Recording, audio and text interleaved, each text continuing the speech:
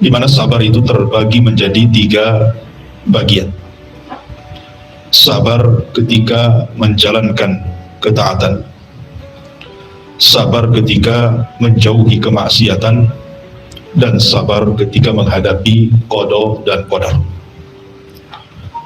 Nah, yang dimaksud dalam bab ini adalah sabar yang terakhir, sabar terhadap qada dan qadar Allah Subhanahu wa ta'ala. Dunia ini secara keseluruhan Ibu adalah sabar. Secara keseluruhan dunia ini adalah kesabaran. Karena setiap manusia pasti diuji. Tidak ada satu manusia yang hidup di bumi yang tidak diuji oleh Allah. Pasti diuji. Dan ujian itu perlu kesabaran. Bahkan orang ingin mendapatkan nikmat saja harus sabar. Ibu ingin punya anak, ibu harus sabar, mengandung 9 bulan dengan berbagai macam keletihan kelemahannya. Setelah anak itu lahir kemudian disusui 2 tahun, kemudian diberikan pendidikan, sabar, harus sabar. Kemudian seorang suami ingin membangun rumah, itu pun harus sabar, mencari uang dulu, terkadang membeli tanah, kemudian membangunnya, atau membeli rumah jadi dan menyicilnya. Terkadang ada rintangan di jalan saat menyicilnya, dan begitu seterusnya. Perlu kesabaran. Terkadang orang diuji dengan tetangganya, diuji dengan anaknya, diuji dengan pasangannya, diuji dengan orang tuanya, diuji oleh manusia lainnya, sehingga perlu kesabaran. Makanya dunia ini secara umum adalah kesabaran. Makanya saya teringat dengan perkataan Imam Ghazali rahimahullahu ta'ala, bahwa anak panah itu tidak mungkin bisa melesat kecuali dari busur yang bengkok. Kalau busur itu lurus, tidak akan melesatkan anak panah. Apa yang dimaksud perkataan Imam Ghazali di sini? Manusia itu tidak mungkin melesat masuk ke dalam surga kecuali terkadang dibengkokkan dulu kehidupannya. Maksudnya diuji dulu kehidupannya. Karena ada tingkatan-tingkatan surga itu yang tidak bisa diraih dengan sholat, tidak bisa diraih dengan puasa, tidak bisa diraih dengan sedekah dan ibadah-ibadah yang lainnya, dan hanya bisa diraih dengan kesabaran.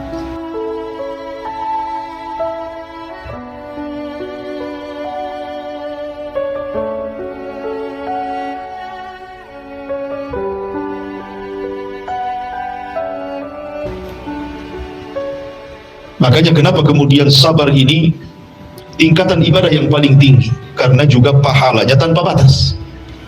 Di mana Allah Subhanahu wa ta'ala mengatakan, innama yuwaffas sabiruna ajrahum bighairi hisab. Sesungguhnya Allah akan membalas orang-orang yang sabar itu dengan pahala tanpa batas. Masyarul muslimat yang dimuliakan Allah Subhanahu wa ta'ala, akan tetapi kalau kita melihat kondisi manusia, saya, ibu atau siapapun, apabila diuji oleh Allah Subhanahu wa ta'ala dengan sebuah ujian, maka manusia dengan ujian itu ada 4 tingkatan. Semua manusia seperti itu. Manusia di depan ujian itu ada 4 tingkatan. Tingkatan yang pertama, dan ini yang paling buruk, dia tidak bersabar dan tidak redha.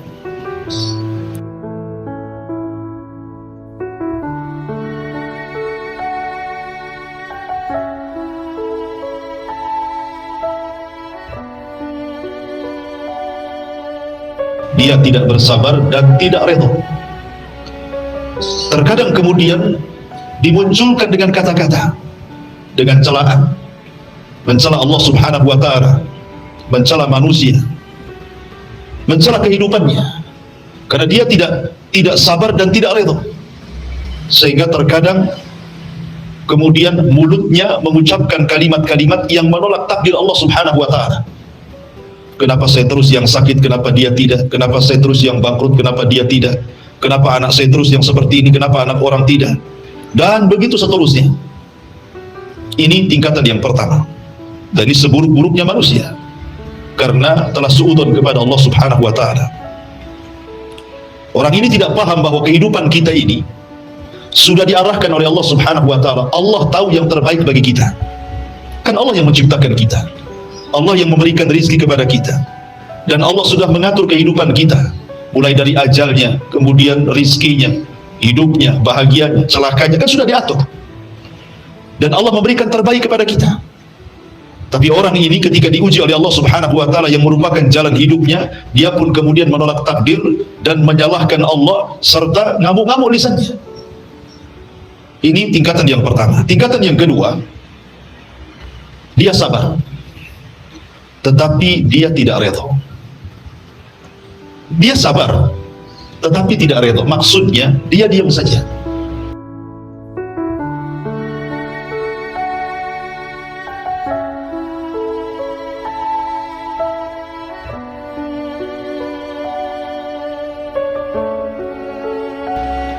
Dia berusaha untuk sabar. Memang dia tidak mencela orang, dia tidak mencela Allah, dia tidak mencela dengan lisannya siapapun, tetapi hatinya tidak redha dengan ujian itu. Jadi kalau seandainya tersentuh nih dengan ucapan orang tentang musibah yang dialaminya, keluar semua unek-uneknya. Tapi kalau tidak disentuh, dia diam saja. Tapi kalau disenggol, dia baru cerita semuanya. Ini orang yang sabar tapi tidak redha. Kondisi yang kedua ini tentu lebih rendah dibandingkan yang pertama. Kemudian yang ketiga, dia sabar dan dia redha.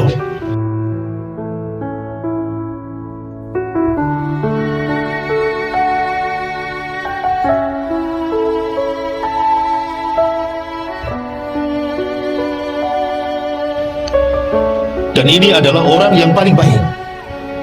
Ketika diberikan ujian oleh Allah Subhanahu wa ta'ala, dia sabar. Dia tahu ini datang dari Allah dan akan kembali kepada Allah Subhanahu wa ta'ala, dan dia redha.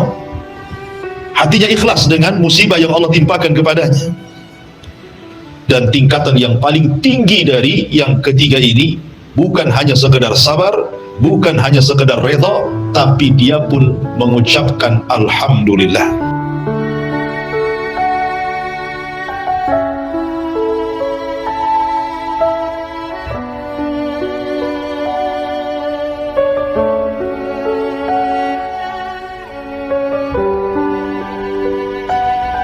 Maksudnya ucapan alhamdulillah di sini mengingat nikmat yang masih ada. Jadi dia bersyukur dengan nikmat yang masih ada, dan dia pun redha serta bersabar.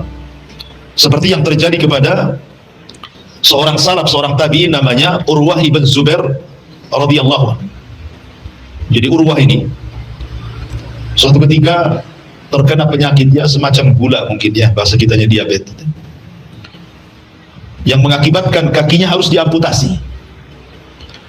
Di zaman itu, untuk mengamputasi itu kan tidak mudah, Bu, karena tidak ada alat-alat dan perobatan seperti sekarang. Ada biusnya, ada obat lukanya, dan begitu seterusnya.